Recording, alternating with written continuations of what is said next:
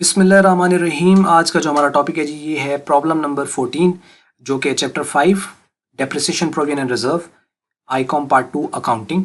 इसकी ये last problem है। आइए हम इसको देख लेते हैं। तो प्रॉब्लम थोड़ी सी ट्रिकी है। इसको मैं कोशिश करूँगा सब्र के साथ समझाने की। आप सब्र के साथ इसको समझने की कोशिश कीजिएगा तो चीज़ें इंशाल्लाह आसान हो जाएंगी। आइए हम शुरू कर लेते हैं। वो बात करता है कि अ transport company purchased 10 motor trucks at rupees 90,000 each on the 1st April 2013। इसको आप बात को समझिए कि एक ट्रांसपोर्ट कंपनी है, उसने 10 मोटर ट्रक जो है वो उसने खरीदे हैं 90,000 का। ईच का मतलब है एक 90,000 का उसने लिया है और खरीदे कितने हैं 10 मोटर ट्रक्स। तो ट्रक्स हैं असल में तो ट्रक्स अकाउंट बनेगा। तो 10 मोटर ट्रक उसने खरीदे 90,000 का एक है, तो हम इनको मल्टीप्लाई कर देंगे ताकि हमारे पास टोटल कॉस्ट आ जाए 10 की। तो जब मल्टीप्लाई करेंगे तो 90,000 को 10 से मल्टीप्लाई करने से 9 लाख जो कॉस्ट आ रही है ये 10 ट्रक की है। 10 ट्रक हमारे पास चल रहे हैं। अकाउंट एक ही बनेगा, ट्रक्स अकाउंट, इसके मुताबिक हम लेके चलेंगे। तो और ये खरीदे गए हैं 1 अप्रैल 2013 को, यानी 1 अप्रैल 2013 को खरीदे गए। अब हमारे अकाउंट्स कब क्लोज होते हैं उसके अकॉर्डिंगली हम इसको देखेंगे कि इसका डेप्रिसिएशन वगैरह कब आना है, कैसे आना है, वो हम इसको देखते हैं। 1 अप्रैल 2013, तो डेट जहन में रखनी है। अब आगे क्या हुआ कि on the 1 October 2015 one of the trucks got an accident and was completely destroyed. 1 अक्टूबर 2015 को एक ट्रक का एक्सीडेंट हुआ और वो मुकम्मल तौर पे डिस्ट्रॉय हो गया, स्क्रैप हो गया। उसकी इंश्योरेंस हुई थी तो ₹54,000 are received from the insurer in full settlement. Full settlement का मतलब है कि लमसम जो भी हमें पैसा मिला उसके बदले में वो 54,000 उनसे मिल गया। और इंश्योरेंस उसकी हमने इंश्योरेंस ऑब्वियसली प्रीमियम पे कर रहे थे, तो अब वो उसका एक्सीडेंट हुआ तो उसका हमें इंश्योरेंस वगैरह वालों से इतना पैसा रिसीव हो गया है। इससे ऑब्वियसली कोई ख़ास फ़र्क नहीं पड़ता। जैसे हमारा एसेट सेल होता था ना, तो जैसे सेल होता था तो उसके बदले में पैसे आते थे। यहाँ सेल नहीं हुआ, चलो डिस्ट्रॉय हुआ, लेकिन पैसे अभी भी हमारे पास आए हैं। तो जैसे सेल होता था या एक्सचेंज होता था कोई एसेट तो उस पर प्रॉफिट एंड लॉस आता था, तो यहाँ पर भी डिस्ट्रॉय हुआ है तो मीन के एसेट बिजनेस से गया है, तो इस पे भी हमें उसका देखना पड़ेगा कि प्रॉफिट और लॉस क्या चल रहा है। तो मीन्स के तरीकाकार वही है जैसे सेल और एक्सचेंज का होता था, लेकिन यहाँ पर आप नाम थोड़ा सा देख लो कि मीन्स कि यहाँ डिस्ट्रॉय हो गया है तो इंश्योरेंस वालों से पैसे मिल रहे हैं। तो ये एक पैसे उसी तरह है जैसे हमें सेल के बदले में मिलते थे। अच्छा, अब यहाँ पे देख लो कि 1 अप्रैल 2013 को तो खरीदा और 1 अक्टूबर 2015 को जाके डिस्ट्रॉय हुआ है। तो इसका मतलब 13 के अंदर और कोई ट्रांजैक्शन नहीं है, 14 जो है उसके अंदर भी कोई ट्रांजैक्शन नहीं है, 15 में जाके यानी तीसरे साल जो है उसके अंदर जाके ये डिस्ट्रक्शन जो है इसकी होती है। तो उसके अकॉर्डिंगली हमने 15 में जाके इसकी चेंजेस करते हैं। 15 का साल ही असल में हमें समझना है। अच्छा, यहाँ तक लगी होगी समझ। अब वो कहते हैं ऑन द सेम डे मतलब 1 अक्टूबर 2015 को ही another truck was purchased for the sum of ₹100,000, यानी 1 लाख रुपए से उन्होंने एक और ट्रक खरीद लिया इसी डेट के ऊपर। ये अब नया ट्रक आया। अच्छा, अब आप जहन में रखें पॉइंट्स को कि टोटल 10 ट्रक थे उसमें से, और ये 2013 को लिए थे, 2013 में भी 10 थे, 2014 में भी 10 थे, 1 अक्टूबर 2015 तक थे 10, लेकिन 1 अक्टूबर 2015 को इसका एक्सीडेंट वगैरह हो गया तो इंश्योरेंस वालों से हमें पैसे पूसे मिल गए। तो यानी कि 15 के अंदर जाके एक ट्रक कम हो गया, तो पीछे अब 9 ट्रक रह गए। 9 ट्रक पीछे रह गए क्योंकि एक तो डिस्ट्रॉय हो गया, लेकिन चूंकि एक डिस्ट्रॉय हुआ है तो एक उन्होंने खरीद भी लिया है। तो अब टोटल ट्रक जो है वो 10 हो गए, लेकिन जो 10वां ट्रक है ना उसकी कॉस्ट अलग है। पिछलों की तो सारे 90,000 के थे ना, ये जो ट्रक है ये 1 लाख का है, यानी 100,000 का है। तो ये 1 लाख रुपए का, इसकी कॉस्ट अलग है। इसको उसमें ऐड हम ओवरऑल जब बैलेंस लेंगे तो चलता जाएगा, लेकिन जब हम डेप्रिसिएशन लेंगे तो चूंकि कॉस्ट अलग अलग है तो अलग अलग ही लेकर चलना पड़ेगा। ये आगे जाके बात आपको समझ आएगी इस चीज। तो बरगैफ 10 ट्रक थे, एक एक्सीडेंट हो गया, 9 बच गए, एक और आ गया। इन पॉइंट्स को आपने जहन में रख लेना है। The company wrote off the depreciation at 20% on the original cost per annum, यानी जो पर एनम उसका रेट है वो तो 20% है। और किस तरह वो मेथड कौन सा ले रही है, ओरिजिनल कॉस्ट मतलब फिक्स्ड इंस्टॉलमेंट मेथड जो स्ट्रेट लाइन है, तो जिसमें कॉस्ट पे ही हम डेप्रिसिएशन कैलकुलेट करते हैं। ये तरीकाकार है, इसके मुताबिक हमें उसको लेके चलना है। And observe the calendar year as its financial year. जो उसका फाइनेंशियल ईयर है वो कैलेंडर ईयर है। कैलेंडर क्या होता है, यानी कैलेंडर जैसे जनवरी फरवरी होगा था ना, तो उसी तरह यानी जनवरी से दिसंबर, तो कैलेंडर ईयर वो ऑब्जर्व कर रही है, मतलब जनवरी में इसके ऑपरेशन स्टार्ट होते हैं तो दिसंबर 31 पे जाके क्लोज होते हैं, इसका मतलब है कैलेंडर ईयर। ठीक है, तो इसका क्लियर कट ये बनता है कि जो हम लोगों ने डेप्रिसिएशन लेना है वो 31 दिसंबर पे लेना है ईच ईयर। पहले हो गया था कि 31 दिसंबर हर साल ले लीजिए, यहाँ उसने क्या कैलेंडर ईयर ऑब्जर्व कर रहे हैं, तो कैलेंडर ईयर आपको समझ आ जाना चाहिए, मतलब 31 दिसंबर को। तो give the motor trucks account from 2013 to 2015, यानी 13 से 15 तक ही बनाना है। अच्छा, यानी जिस डिस्ट्रॉय हुआ है 15 में, तो 15 तक, यानी 16 की तरफ हमने नहीं जाना, तो मतलब 13 का अकाउंट बनेगा, 14 का बनेगा, 15, तो 3 साल का अकाउंट्स हम लोगों ने बनाना है। तो यानी बनेगा इनफैक्ट 31 दिसंबर 2015 तक। अब हम चलते हैं इसके सोल्यूशन की जानिब। पॉइंट ज़हन में बैठ गए, तो सबसे पहले ट्रक्स अकाउंट आएगा, या आप मोटर ट्रक्स अकाउंट भी लिख सकते हो। तो वही 3 कॉलम, डेट रेफरेंस अमाउंट, इस तरफ आपके पास सबसे पहले साल आ जाएगा 2013 है, और अप्रैल 1 है, यानी यकम अप्रैल।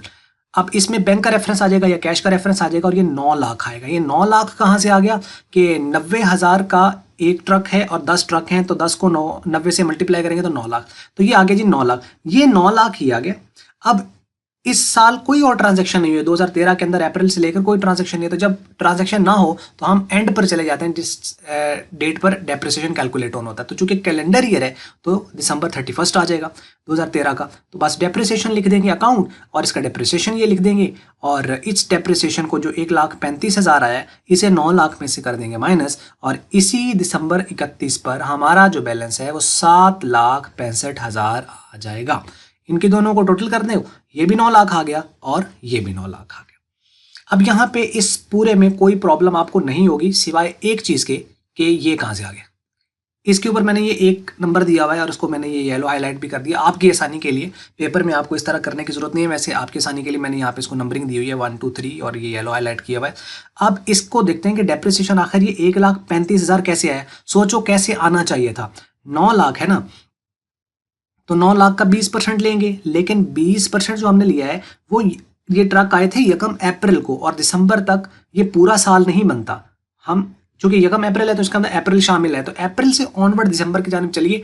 अप्रैल, मई, जून, जुलाई, अगस्त, सितंबर, अक्टूबर, नवंबर, दिसंबर, तो दिसंबर तक 9 मंथ्स बनते हैं। तो इसका मतलब 20% लेंगे लेकिन 9/12 कर देंगे। तो ये नीचे वर्किंग है, ये मैंने 1 नंबर दिया हुआ है। डेप्रिसिएशन 2013 का, यानी 2013 के साल में हम लिखेंगे जी 9 लाख। 9 लाख यानी 10 ट्रक की कॉस्ट है, इसका हम ले लेंगे 20% और इसको 9/12 कर देंगे। 9/12 क्यों? क्योंकि अप्रैल से दिसंबर तक 9 मंथ्स बनते हैं। 12 पे डिवाइड किया 1 महीने का आ गया, 9 से मल्टीप्लाई किया तो सीधा सीधा 9 मंथ्स का आ गया। 1,35,000 जो है ये आपके पास टोटल इसकी रकम आ जाएगी। तो ये 1,35,000 आपको क्लियर हो गया होगा। तो पहली जो कैलकुलेशन है ये 1 वाली, ये क्लियर हो गई होगी आपको। तो बाकी डिफरेंस आपको पता चल गया। अब ये जो कैरी डाउन है ये पहले साल का 2013 का, ये यहाँ पे आके ब्राउ डाउन हो जाएगा। तो यानी 2014 जनवरी 1 बैलेंस ब्राउ डाउन 7,65,000 ये आ जाएगा। और ये मैंने नीचे इसको मेरे ख्याल बैलेंस पे भी लिखा हुआ है थोड़ा, ये यहाँ पे एक चीज़ मैं कर दूँ करेक्शन, ये 7,65,000 है, 7,65,000 ना के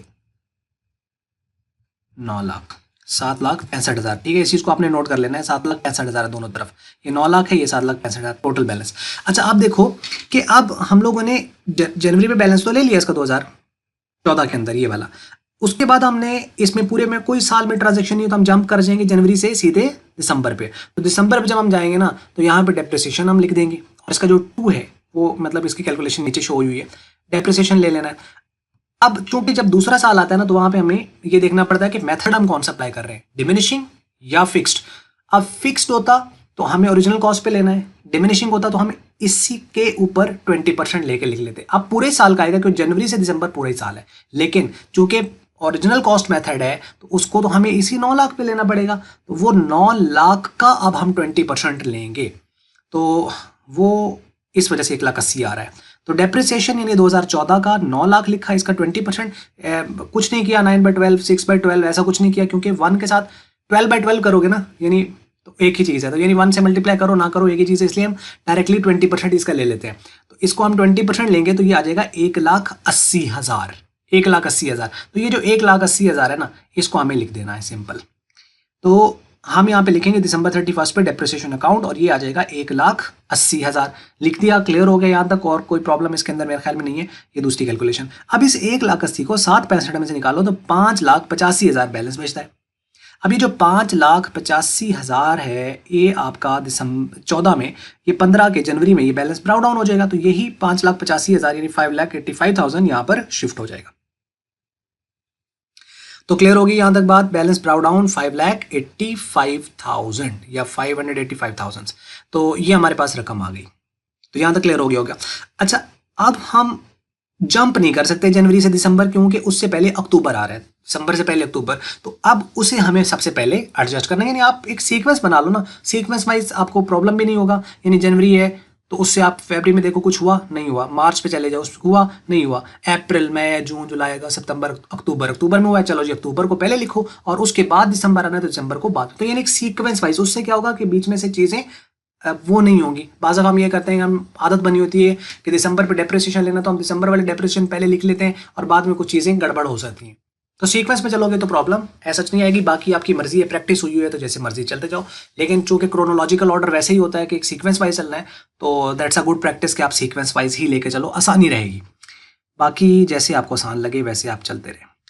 अच्छा, ये यहाँ तक तो क्लियर हो गया, यानी यहाँ तक कोई प्रॉब्लम नहीं है। अब इसी साल को अंडरस्टैंड करना है सही तरीके से। आप सब्र के साथ इसको ध्यान से, पूरी तवज्जो के साथ आप इनको अंडरस्टैंड कर लेना है। कोई प्रॉब्लम ऐसा आएगी नहीं, लेकिन देखते हैं कि कहाँ तक हम चलते हैं। तो 2015 अक्टूबर 1, सबसे पहले तो हम इसका डेप्रिसिएशन लिखेंगे ना इसका।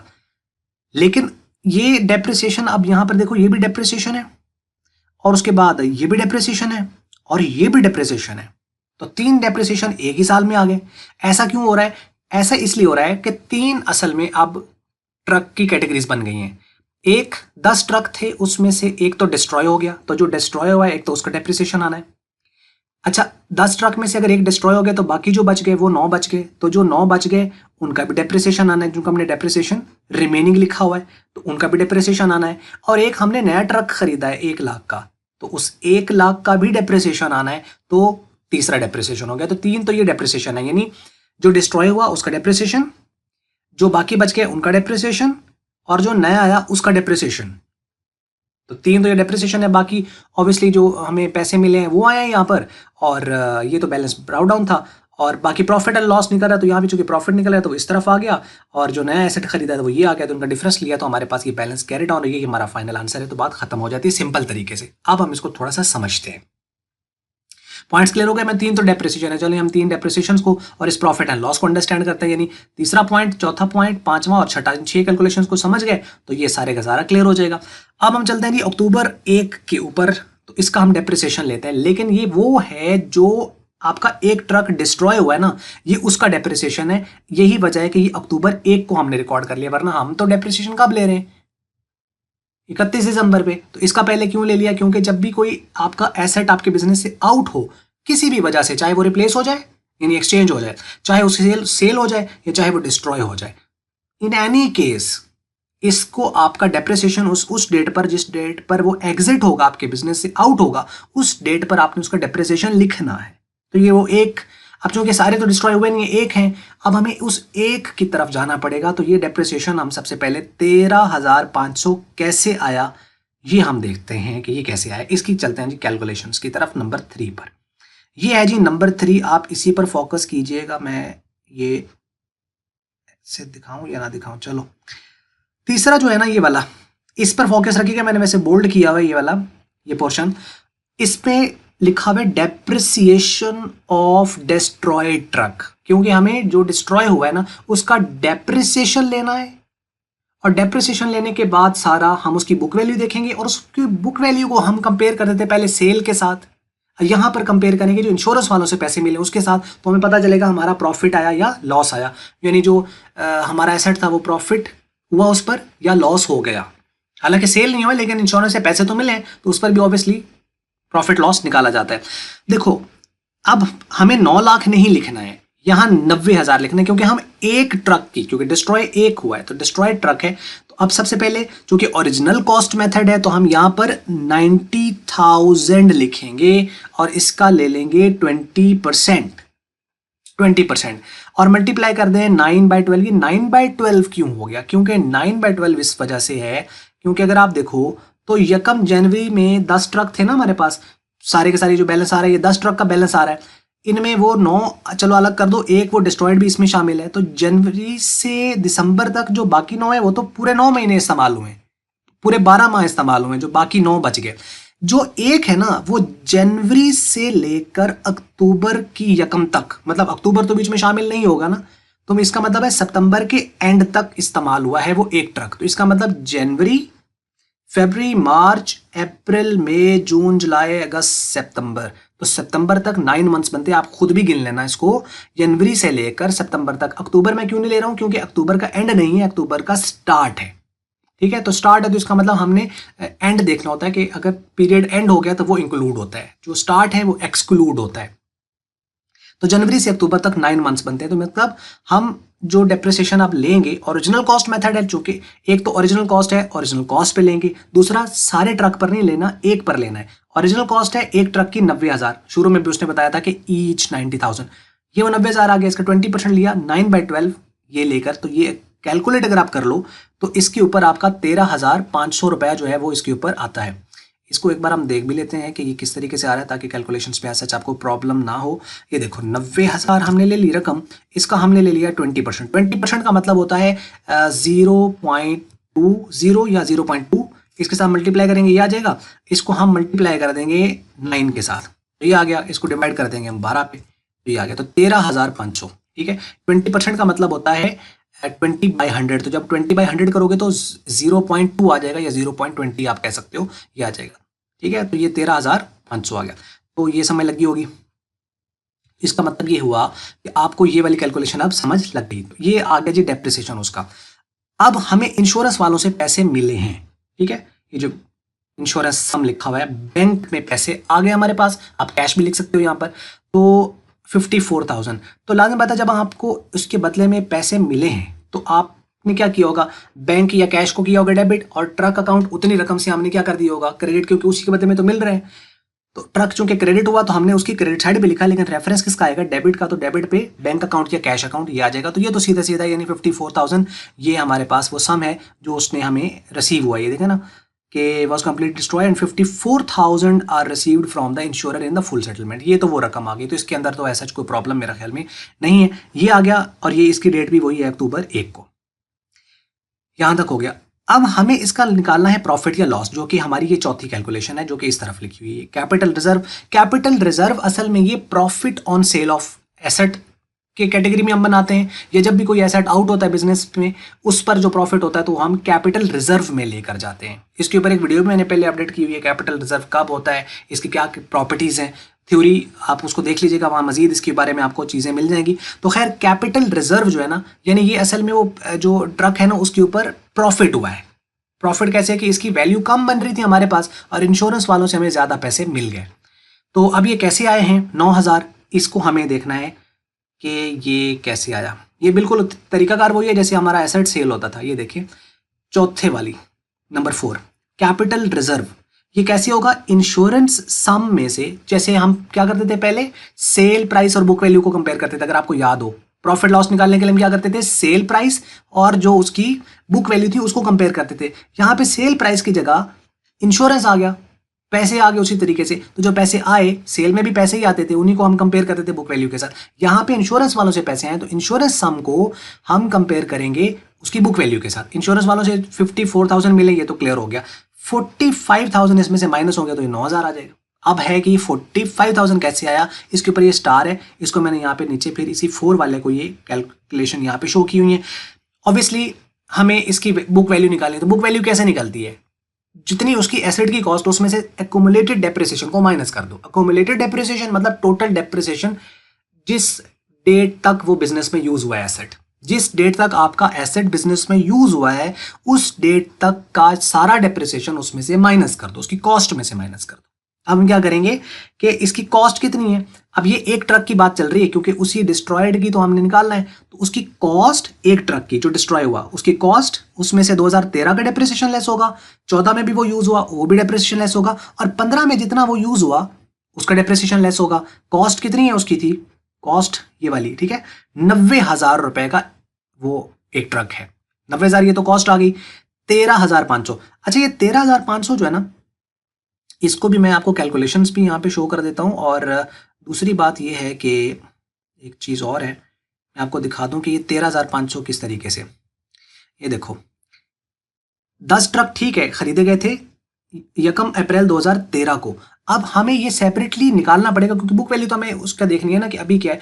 ओवरऑल 10 चल रहे हैं, अगर एक ही चल रहा होता ना तो हमें ये दोबारा ना करना पड़ता, लेकिन अकाउंट्स में 10 का रिकॉर्ड चल रहा है, हमें एक का चाहिए, तो दोबारा हमें 2013 का डेप्रिसिएशन लेना पड़ेगा, 2014 का डेप्रिसिएशन लेना पड़ेगा, और 15 का हम पहले ही ले चुके हैं। तो टोटल में तो ये आ गया है, लेकिन इंडिविजुअली हमें इसको कैलकुलेट करना पड़ना है यहाँ पे। तो इसका मतलब है ये जो ट्रक डिस्ट्रॉय हुआ है, ये 10वां ट्रक आप इसको समझ लें, जौन सा भी समझ लें, ये 1 अप्रैल 2013 से लेकर दिसंबर 2013 तक कितना यूज हुआ होगा? 9 मंथ्स। और 2014 है जो कि इसके बाद है यहाँ पे, इसमें तो जनवरी से लेकर दिसंबर पूरा साल यूज हुआ होगा। इसका मतलब यहाँ हमें 9 मंथ्स का लेना है 13 में, यहाँ हमें पूरे साल का लेना है। और जो 15 है, 15 के अंदर ये फिर 9 महीने इस्तेमाल हुआ है जो कि हम पहले ही ये ले चुके हैं। तो ये 13,500 जो नेक्स्ट 2015 का वो तो हमें पता है, सिर्फ ये 13 और 14 का हमें एक बार कैलकुलेट जो है वो दोबारा से करना पड़ेगा। तो 13 में चूंकि 9 मंथ्स बनते उसी तरीके से आ जाएगा 90,000 भी, चूंकि हम लोगों ने कैलकुलेट करना है ना इसको, तो 90,000 पे कैलकुलेट कर रहे हैं। तो इसका मतलब ये हुआ कि हम इसको ले लेते हैं जी 90,000, इसका हम मल्टीप्लाई कर देंगे 20% के साथ, ये पूरे साल का आ गया। इसको मल्टीप्लाई कर दिया 9 के साथ और डिवाइड कर दिया इसको 12 के साथ, तो ये वो 2013 में इसका डेप्रिसिएशन, इसका मतलब इस एक ट्रक का जो डेप्रिसिएशन था वो 2013 के अंदर 13,500 था। अब 14 में क्या होगा? 14 में सीधा सीधा है 90,000, इसका ले लो 20%, तो पूरे साल यूज हुआ 14 में, तो वो आ गया 18,000, वो ये 18,000 आ गया। और आगे 2015 के अंदर फिर ये 13,500, क्योंकि अगले जो 2015 है उसके अंदर ये 13,500 है। तो इसका मतलब ये वैल्यूज आती हैं 90,000 में से 13,500, 18,000 और 13,500 निकालो तो पीछे बचता है 45,000। ये वो 45,000 है असल में, जो ये वाला 45,000 है। अब इस 54,000 में से 45,000 को निकालो तो पीछे बच जाता है आपका 9,000। ये वो 9,000 है जो हम लोगों ने वहां पे शो किया हुआ है। अब हम चलते हैं ऊपर फिर क्वेश्चंस की जानिब। ये आपको 9,000 समझ लग गया होगा। तो ये है प्रॉफिट। प्रॉफिट क्यों है कि बुक वैल्यू एसेट की बच रही है 45,000 और इंश्योरेंस वाले हमें दे रहे हैं 54,000, तो हमें ज्यादा पैसे मिल रहे हैं ना। तो 45 से कितने ऊपर ज्यादा मिल रहे हैं? 9,000, तो वो है प्रॉफिट। अच्छा, लॉस होता था तो हम इस तरफ लिखते थे और प्रॉफिट एंड लॉस का रेफरेंस आता था। प्रॉफिट हो रहा है तो उसको इस तरफ लिखेंगे क्योंकि ऑब्वियसली एसेट के जो क्रेडिट साइड है वो ज्यादा होगी, तो हम उस तरफ, यानी क्रेडिट साइड का बैलेंस ज्यादा है तो इसको इस तरफ लिख देंगे। तो ये प्रॉफिट है इनफैक्ट, तो इसको हम कैपिटल रिजर्व में लेकर जाते हैं, ये इसका अकाउंट होता है मेन। तो ये 9,000 लिख देंगे। ये भी समझ लग गया, ये भी समझ लग गया, तो वैसे बैलेंस था 9,000 भी समझ लग गया। डेप्रिसिएशन, इंश्योरेंस सम यहाँ तक क्लियर होगी। तो अक्टूबर का ऑलमोस्ट हम क्लोज कर चुके, यानी वो एक जो ट्रक था ना उसका अब खाता क्लोज हो गया। अब पीछे रह गए 2 रिमेनिंग ट्रक जो कि 9 है, और एक वो ट्रक जो कि आपने नया खरीदा है। अच्छा, जो नया खरीदा है, चलें जी अब उस पर हम आ जाते हैं, वो है अक्टूबर 1 को। तो बैंक का रेफरेंस आएगा 1 लाख का खरीदा, ये तो हमें शुरू में उसने कहा था कि उसने सेम डेट के ऊपर, सेम डेट कौन सी है? 1 अक्टूबर 2015, इस पर उसने 1 लाख का खरीदा है। अच्छा, ये देखो, ये 1 अक्टूबर 2015 को खरीदा गया है, तो ये आगे यूज हुआ होगा। इसका मतलब ये अक्टूबर का मंथ भी यूज हुआ, नवंबर का और दिसंबर का। इसका मतलब इसके ऊपर 3 मंथ्स का डेप्रिसिएशन आना है, अक्टूबर, नवंबर, दिसंबर, क्योंकि अक्टूबर में आया तो अक्टूबर यूज हुआ, नवंबर यूज हुआ, दिसंबर यूज हुआ, ठीक है। तो एक तो इसके ऊपर डेप, और बाकी जो रिमेनिंग है 9 ट्रक, उनके ऊपर तो पूरे ही साल का आना है, क्योंकि वो 9 तो जनवरी से दिसंबर यूज हो रहे हैं। तो एक तो ये चीज आ गई कि 1 अक्टूबर को हमने एक नया एसेट खरीदा। एसेट खरीदे तो डेबिट साइड पे आता है कैश या बैंक का रेफरेंस आ जाता है। एक तो ये चीज, तो ये साइड क्लियर होगी। यहाँ तक ये क्लियर, ये क्लियर ना। अब ये देखो, अक्टूबर वाला तो खाता क्लियर ना, तो दिसंबर पे अब हम लोगों ने डेप्रिसिएशन लेना है नए पर और रिमेनिंग पर। तो ये डेप्रिसिएशन उसी तरीके से आ जाएगा, और ये न्यू मैंने लिखा मीन्स के नए ट्रक के ऊपर, और ये 5,000 आ गया। और ये 5वीं कैलकुलेशन है। 5,000 कैसे आया? बस सीधा सीधा इसका 20% लेना है, लेकिन 3 मंथ्स का। अब हम आ जाते हैं यहाँ पर कि हम depreciation on the new truck 2015 में 1 लाख, इसका 20% और 3/12, क्योंकि अक्टूबर, नवंबर, दिसंबर, तो 3/12, तो 5,000 आ गया। इस 5,000 को हम लोगों ने लिख दिया यहाँ पर। अब आगे जो पीछे रह गए 9 ट्रक, क्योंकि 10 में डिस्ट्रॉय हो गया, अब 9 ट्रक पीछे रह गए। अब 9 ट्रक ओरिजिनल कॉस्ट मेथड है तो कॉस्ट पे कैलकुलेट करेंगे, कॉस्ट पे। लेकिन कॉस्ट अब ये नहीं देखना कि 9 लाख, नहीं 9 लाख कॉस्ट नहीं रही क्योंकि एक तो डिस्ट्रॉय हो गया। अब उसकी जो कॉस्ट रिमेनिंग की है वो 90,000 का एक है और 9 टोटल है, तो 90,000 को 9 से मल्टीप्लाई करें तो 9 ट्रक की जो टोटल कॉस्ट बनती है वो 8,10,000 बनती है। यहाँ पे भी गलती होती है कि हम को याद होता है कि जी ओरिजिनल कॉस्ट पे लेना है तो ओरिजिनल कॉस्ट 9 लाख है, नहीं एक ट्रक चला गया है तो जो चला गया उसको थोड़ी अब लिखेंगे। 8,10,000, इस 8,10,000 का आपने सीधा सीधा 20% ले लेना, कोई कुछ नहीं करना क्योंकि पूरे साल के जनवरी से दिसंबर ये तो सारा यूज हुआ है। तो ये लें तो 1,62,000 ये depreciation on the remaining truck 2015 का है और ये वो फाइनल है जो हम 1,62,000 ये लिख चुके हैं। तो इस तरीके से आपको ये समझ लगी होगी। अब हमने क्या करना है, इन सारों का टोटल कर लें, 6,94,000 आ जाएगा। ये माइनस कर दें, ये माइनस कर दें, ये माइनस कर दें, ये माइनस कर दें तो 4,59,500 यानी 4,59,500 ये टोटल इसका बैलेंस कैरी डाउन आ जाएगा। और दोनों साइड आपके पास 6,94,000 6,94,000 यानी 6,94,000 6,94,000 ये टोटल आपके पास आ जाएगी। एंड दैट्स इट, यही है जी इसका ओवरऑल। और थोड़ी सी वीडियो लंबी होगी लेकिन ये है कि आपको अगर ध्यान से आपने सुन लिए समझ लिए तो आपको पता चल गया होगा। नहीं आई समझ तो आप इस वीडियो को एक बार फिर देखें, बल्कि एक बार सुने, उसको आप खुद ट्राई करें, हो जाता तो वेल एंड गुड, नहीं समझ आ रही एक बार फिर सुने, फिर आपको ये चीज़ समझ आएगी क्योंकि प्रैक्टिस से चीज़ें क्लियर होती हैं। तो ओवरऑल अगर आपको कोई क्वेश्चन हो तो आप कमेंट्स पे लिखिए। अगर आपको मल्टीपीडिया की वीडियो अच्छी लगी उसको आप लाइक कर लें, शेयर कर लें दूसरों के साथ। अगर आपको अच्छी नहीं लगी तो आप कर दें डिसलाइक। और वीडियो देखने का बहुत शुक्रिया।